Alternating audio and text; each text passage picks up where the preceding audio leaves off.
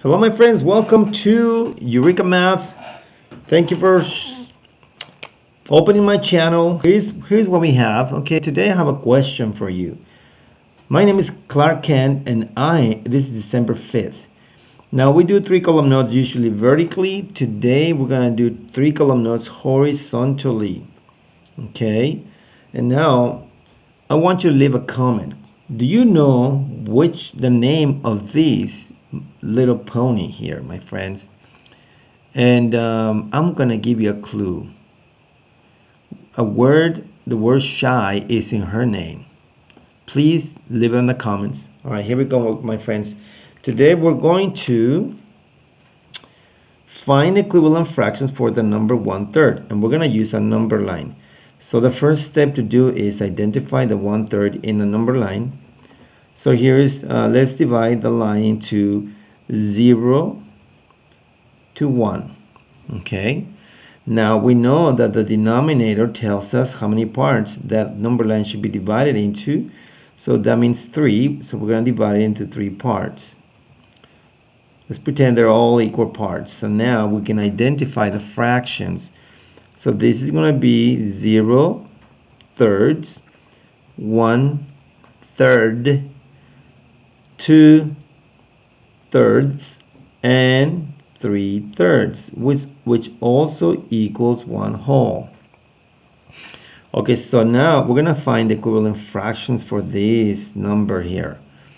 So now our job is to identify that in these boxes. So let's do it here. So first of all, let's make sure we show 1/3 on all of them.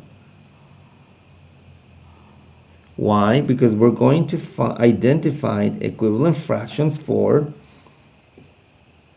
1/3. Okay, so there you have it. So then let's color 1/3. So now this is called the area model. We're using the area model to find equivalent fractions, and we will translate that into a numerical form. Okay.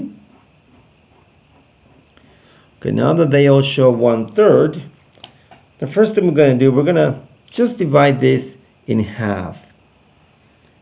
So when you divide, that means you are doing this part. So 1/3, right, multiply times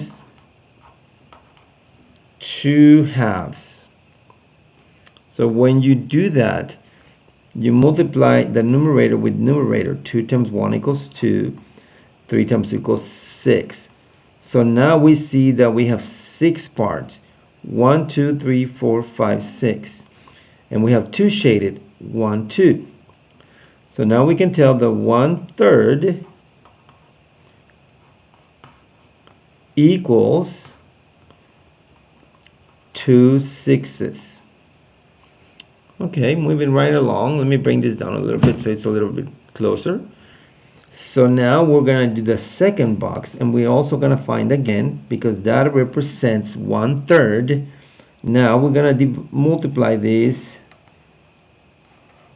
1, 2, 3 times. So that means 3/3, or 3/3. Now when we multiply it, 3 times 1 equals 3. 3 times 3 equals 9. Now we can all agree that 1/3 also equals 3 nines. So moving along, so now we're going to multiply this by 4, and that's going to increase the number of sections here. So 1, 2, 3, 4. So there you have it. So 1/3 again, because that's the number we're working on. That is the fraction we're working on with.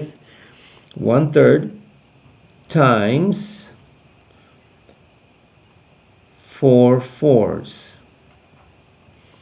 When you multiply 4 times 1 equals 4. 4 times 3 equals 12. Well, let's see if it's true. We have 4 shaded. 1, 2, 3, 4 shaded. We have 12 altogether. The denominator tells us that. 1, 2, 3, 3 times 4 equals 12. That is correct. So now we know that 1/3 is a similar fraction as 4/12. Okay, on our last one, you should now see the pattern. We multiply first by 2, multiply by 3 on the second one, and then we're going to multiply 4. We multiplied 4 over 4. Now it's going to be 1/3 times 5/5. So now we're going to divide this in even smaller pieces, which means we multiplied it and it became more smaller pieces. Let me see, that 1, 2, 3. So 1, 2, 3, 4. So that should give us, let's see, 3 times 2, 4, 5 equals 15. So let's see if it's true. 1 times 5 equals 5. 1, 2, 3, 4, 5. Perfect. 3 times 5 equals 15. So we know that 5 times 3 equals 15. So we can conclude now that 1/3 equals 5/15. Okay? Now let's just round this up and bring it to a close and show all the equivalent fractions, all the fractions that equal 1/3. So now we know that 1/3 equals 2 6s equals 3 9s and equals 4 12s and equals 5 15s. Okay, so if you pay attention, one important aspect is to look for patterns. If you look at the denominator, it increases by 3s. 3 plus 3 equals 6. 6 plus 3 equals 9. 9 plus 3 equals 12, and 12 plus 3 equals 15. So, and the numerator increases by 1. 1 plus 1 equals 2. 2 plus 1 equals 3. 3 plus 1 equals 4, and 4 plus 1 equals 5. Okay, my friends, this is again Clark Kent from the Solitude Cave, I think that's what it's called, teaching you another lesson of math. And leave a comment to see if you know the name of this little pony. Again, we used number line, area model, and the numerical portion of this finding equivalent fractions lesson. My friends, keep at it, keep learning, stay focused, and just enjoy watching the videos.